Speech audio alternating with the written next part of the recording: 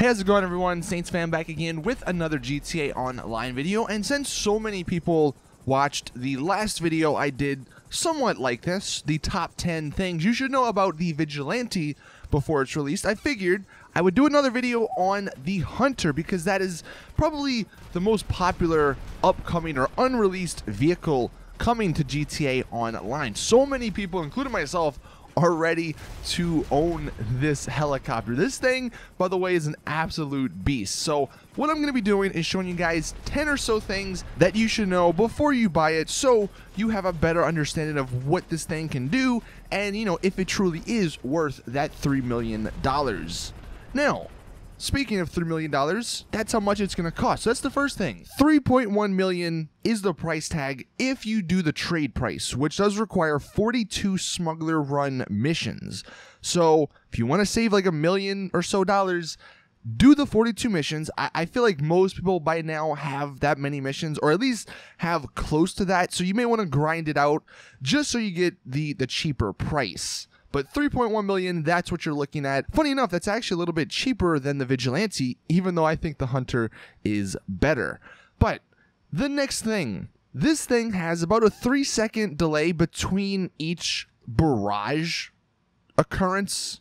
If you didn't know, the Hunter has this new feature called the Missile Barrage, and it basically shoots rapid fire missiles. I think it's like 8 or so in a row.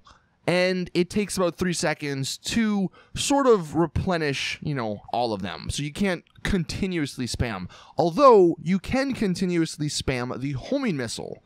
So it's very good in the missile aspect because not only do you have the barrage, which is great, but the homing missile part of it isn't that bad either.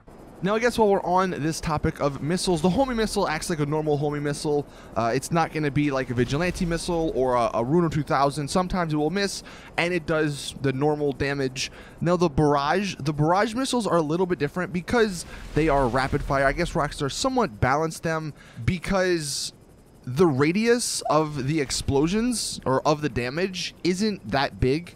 If they hit, they do a lot of damage. I think normal damage for a rocket.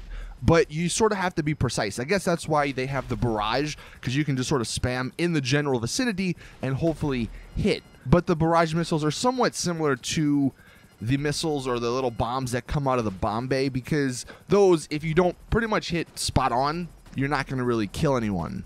So you do have to be somewhat accurate with the missile barrage. Now, for speed, comparing it to the Buzzard, when you're in a Buzzard, you can hold the right trigger and push forward on the stick, and your Buzzard will go as fast as possible, and it doesn't rise. Sometimes I think it even goes a little bit lower, but it's actually the opposite on the Hunter. So if you hold the right trigger, it's going to continuously take you higher and higher, even though you're pushing down on the left stick. So what you're going to have to do to control this a little bit, you're going to have to throttle the right trigger, and that actually makes you go faster. So it's just a little learning curve. You're going to have to basically just keep hitting the right trigger to keep gaining speed. But that is something that is different on the Hunter compared to the Buzzard and some other helicopters in the game. Now for max speed, it's pretty standard. It doesn't go that fast and it's not that slow. So max speed, if you're looking for that, you know, it's about as normal or it's about as, you know, good as it could be or as you would think it would be for the Hunter. It's not going to outrun anything, but it's also not super, super slow. One thing someone actually found out, I guess they glitched the Hunter in their MOC or something, but you can actually use the Hunter, it looks like, in helicopter races. So I'm not too sure how many people use or race in helicopter races, but maybe they can be used, or the Hunter can be used in the transform races. So that might be another reason you may want to own one and purchase one and fully upgrade it, so you have a fully upgraded Hunter for when people use them in the transform races. One cool thing that I know snow's going to be coming up soon, and the Hunter with like a snow camo actually looks pretty awesome, as evident by this picture. So that may be something you want to think about. I've seen people say, I'm going to get 2 Hunters, one for snow and then one for regular stuff. But really, you just need one because snow's only going to be here for you know, a couple of weeks so you can make it a cool snow color or a cool snow camo. And then speaking of camos and paints and stuff, there's actually, and this is kind of weird, I don't know what exactly it's for, but someone found this unobtainable paint in the game, and it's called Hunter Green. And I'll leave the RGB and the hex in the description, but I put it on the helicopter here, and I mean, it's not a bad color, so maybe if you want to use it as a crew color, you know, you could, but I just thought that was kind of odd how they have somewhat of a hunter green in the game, and that's been in the game basically since the start. So maybe that's actually one of the colors that the hunter uses in like those commercials that they're in. Now, for customization, what's kind of unfortunate, you can't actually tint the windows. Like, there's a pretty big window because, you know, you have you, the pilot, and then the co-pilot seat, but you can't tint them, so, you know, don't be expecting that. One thing, and this is where it really depends on your sort of style. The Hunter may be one of the only vehicles or the only aircraft that the chaff option may be better than the flares. The flares are good, obviously, if someone shoots a rocket at you, you can deploy the flares, and then the rocket will go to the flares. But the problem with a lot of the vehicles in the game, like the homing launcher, the vigilante, those can spam the homing launchers, or they can spam those missiles at you.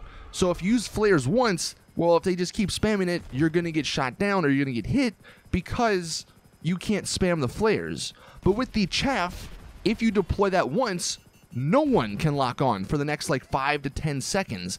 And there could be a million people, but none of them can lock on because of the chaff. So since the Hunter isn't as fast and isn't as, you know, agile as some of the other helicopters, you may want to consider using the chaff option just because it will prevent you from getting hit, I think, more than the flares, especially if you're low to the ground and you're not really near buildings. The second you hear that lock on, deploy the chaff system, and then no one can lock onto you, and you can, you know, get away. You have about 5 to 10 seconds to get to a safe distance or to get to a place where you're not going to get locked onto. Where the flares, you know, you kind of don't have that option. So just something to think about. I think I'm going to end up going with the chaff on the Hunter, but you may want to do your own testing when it does come out. It's just something I thought I would mention.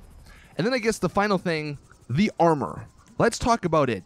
So the armor is amazing on the Hunter. I don't know who made this because it's not a normal freaking Rockstar car or vehicle. This thing can withstand 3 RPGs, or well, 2 RPGs. The third one will destroy it. Same for the homing launcher. 1 will start smoking it, 2 will start stalling it, and then 3 will destroy it. But the best part, the explosive sniper, with 100% armor, it takes 7 rounds to blow it up. If you don't have 100% armor, if you have no armor, it's only going to take 4, but 7 explosive sniper rounds will blow this up. So I think you're not going to have to really worry about the explosive sniper when you're flying this thing. Really, you're only going to have to worry about the RPGs or homing launchers, but if you use the chaff or the flares, then, you know, you really don't need to worry about that either. One thing, the Hydra, you know, because it has the explosive cannons, it will destroy this thing, you know, fairly easily. So you're going to have to watch out for that. But one good part, actually, the co-pilot, he has, I believe it's the same missile or the same cannon from the Valkyrie. So the co-pilot actually has an explosive cannon as well. So it's very good in terms of defense and in terms of offensive power. But there you guys have it. That is the video. That is a few things, 10 things or so that you should know about the Hunter before it releases in about 2 or so weeks. So hopefully you guys enjoy. Let me know in the comment section what you guys think. Please drop the video a like if you did enjoy. Subscribe for more awesome GTA content. And as always, I'll see you guys in the next one.